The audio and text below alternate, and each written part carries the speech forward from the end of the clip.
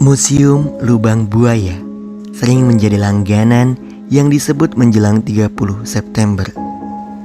Hal ini karena tanggal 30 September 1965 merupakan peristiwa berdarah kelam yang dinamakan sebagai Gerakan 30 September Partai Komunis Indonesia atau G30 SPKI.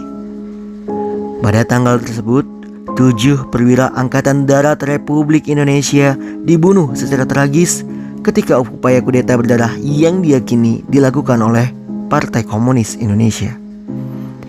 Kenangan kelam yang sangat membekas tersebut kemudian dibentuk beberapa museum untuk mengenang para pahlawan revolusi.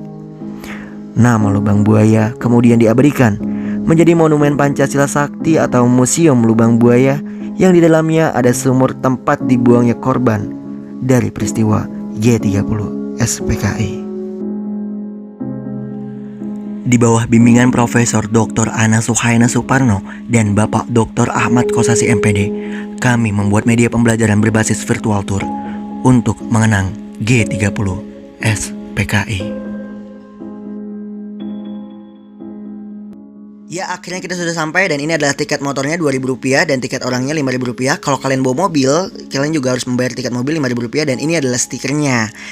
Oke, semuanya dulu ini hutan guys, hutan semuanya. Nah, ini juga ada diorama bangunan-bangunan yang ada di sini.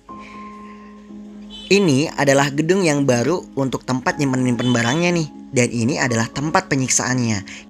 Nah guys, ini dulu mobilnya Perum Peruri ya, PN Artayasa, berplat B2982L, terus dirampas sama PKI dibuat untuk jemput Pak DI Panjaitan. Nah akhirnya Pak DI Panjaitan ini naik mobil ini ya guys. Nah lanjut kita ke dapur umum. Rumah ini pada tanggal 1 Oktober 1965 digunakan sebagai dapur umum bagi anggota pasukan pemberontakan G30 SPKI. Jadi ini dapurnya PKI ya guys. Kita lihat nih, rumahnya ini masih gedek semua ya guys. Gedek itu apa ya? Anyaman yang terbuat dari bilah-bilah bambu untuk dinding-dinding rumah. Nah kursi-kursi juga masih asli dari bambu ya. Ranjang-ranjang juga masih ada nih, tapi kasurnya udah nggak ada. Nah ini juga ada genteng yang asli diletakkan di ruangan ini. Jadi genteng yang dipasang ini udah nggak asli ya guys. Oke guys, kita lanjut aja. Kalau tadi itu dapur umumnya, kita ke posko komandonya. Nah rumah ini dijadikan posko komando bagi gerakan G30 SPKI waktu mau nyulik jenderal-jenderal. Nah ini rumahnya kayak gini ya guys ya. Atasnya itu masih gede juga ya. Lampunya juga masih Petromax kayak zaman dulu. Nah tapi ini juga sepertinya sudah beberapa kali dicat nih. Dan propertinya juga masih ada cukup banyak. Ini juga ada mesin jahit ya. Saya kurang tahu nih apa esensinya. Apa mungkin dulu pasukan ini juga buat konveksi atau apa ya guys ya. Mungkin butuh tambahan untuk makan atau lain sebagainya lah. Nah ini juga di ruangan ini masih pakai Petromax ya. Lampu LED dulu belum ada. Ini ada Gucci ya, tapi nggak ada isinya dan nggak ada penjelasannya nih. Oke kita lanjut aja. Di ruang sebelah ini ada sebuah meja yang dibuat mungkin biasanya buat kumpul ya. Yang pastinya nggak ada yang main handphone terus karena belum ada wifi pada zaman itu. Di luar sini juga ada tempat berkumpul, lampu juga masih Petromax ya. Semua bangunan di sini juga ada pintu belakangnya ya guys ya. Jadi rumahnya kayak gini lah pokoknya. Nah lanjut ke bangunan belakang dari posko komando. Jadi ini ada bangunan yang ada kacanya, tapi kaca ini bukan properti asli ya.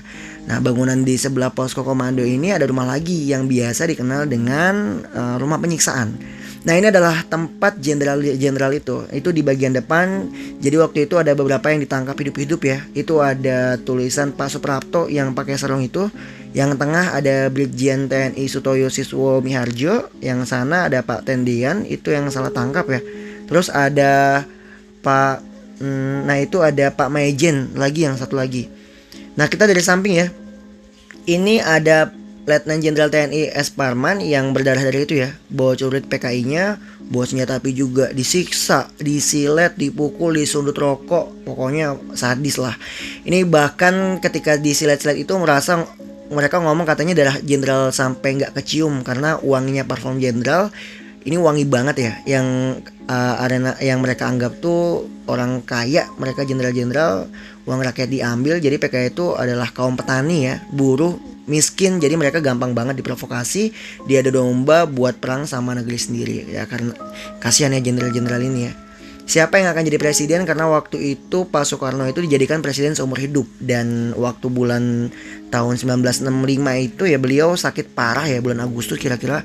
Kalau meninggal siapa yang akan jadi presiden gitu pertanyaannya. Nah, dari PKI ini pengen jadi presiden.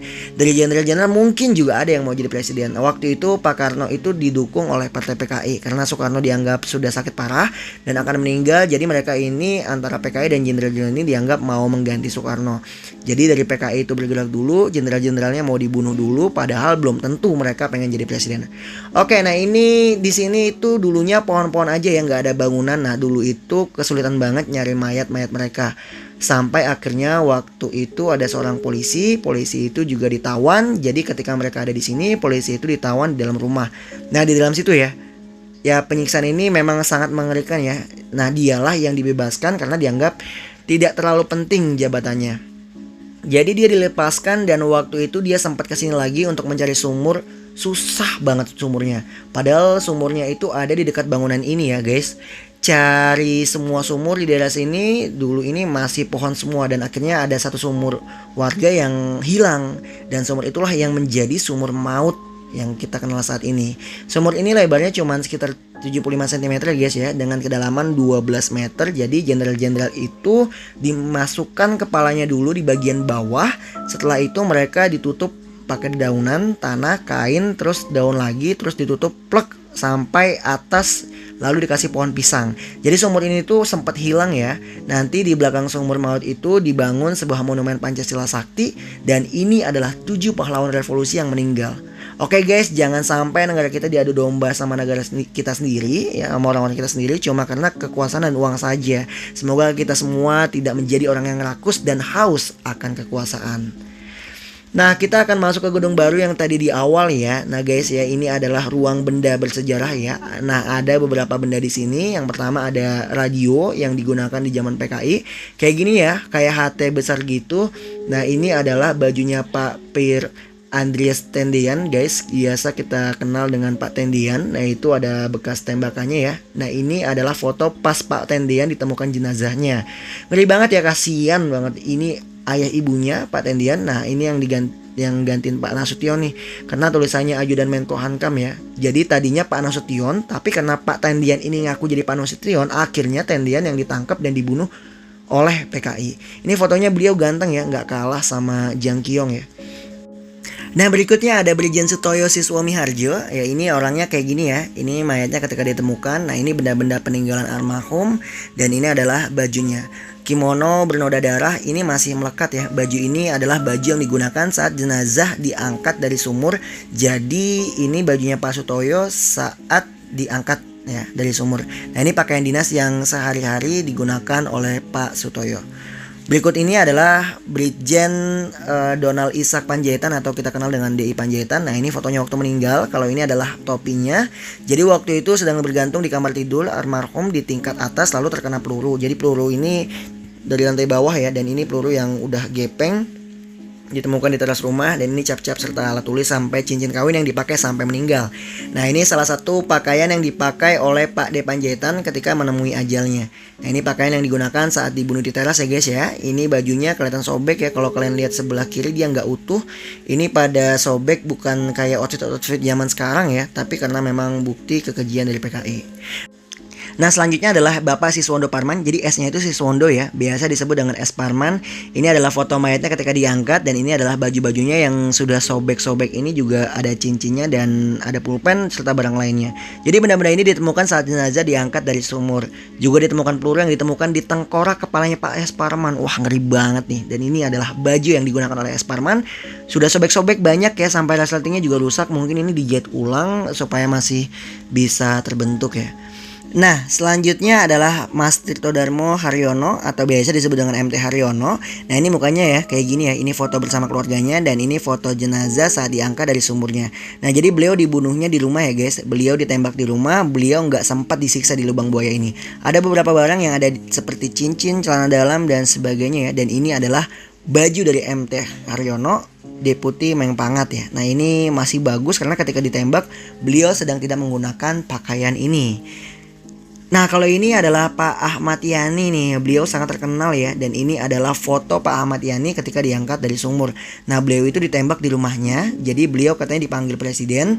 Terus dia mau ganti baju dulu, nggak boleh. Terus ngamuk, akhirnya dia malah kena tembak. Nah, ini adalah celananya ya. Bercak darahnya masih tampak. Ini adalah celananya waktu ditemukan di sumur. Ini peluru yang bersarang di punggung kanan Pak Ahmad Yani. Waktu itu konon katanya ada sekitar 7 peluru. Ini ada barang-barang lainnya, tapi tidak ada bercak darah karena memang tidak sedang digunakan. Ini adalah bajunya Pak Ahmad Yani ya. Wah, keren banget ini ya. Waduh, bintang-bintangnya banyak banget guys.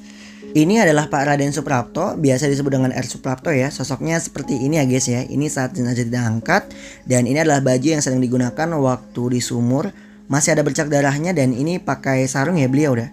Dan ini barang lainnya. Oke, ini bajunya beliau ya. Baju yang biasa digunakan sehari-hari. Ada pakaian lain juga seperti Kolonel Katamso, Letkol Sugiono, dan lain sebagainya, serta ada foto-foto bukti kekejaman PKI.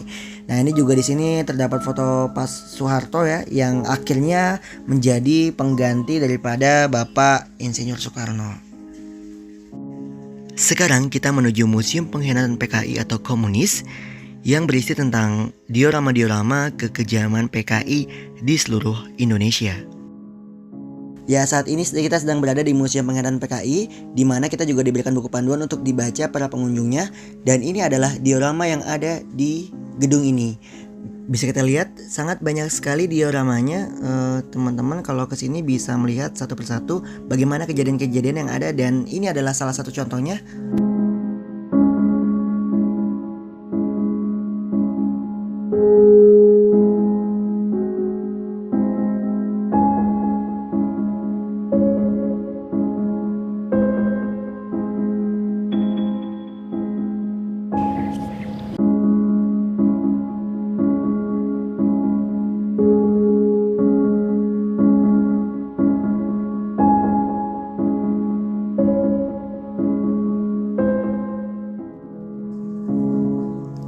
Terima kasih telah menyaksikan video ini.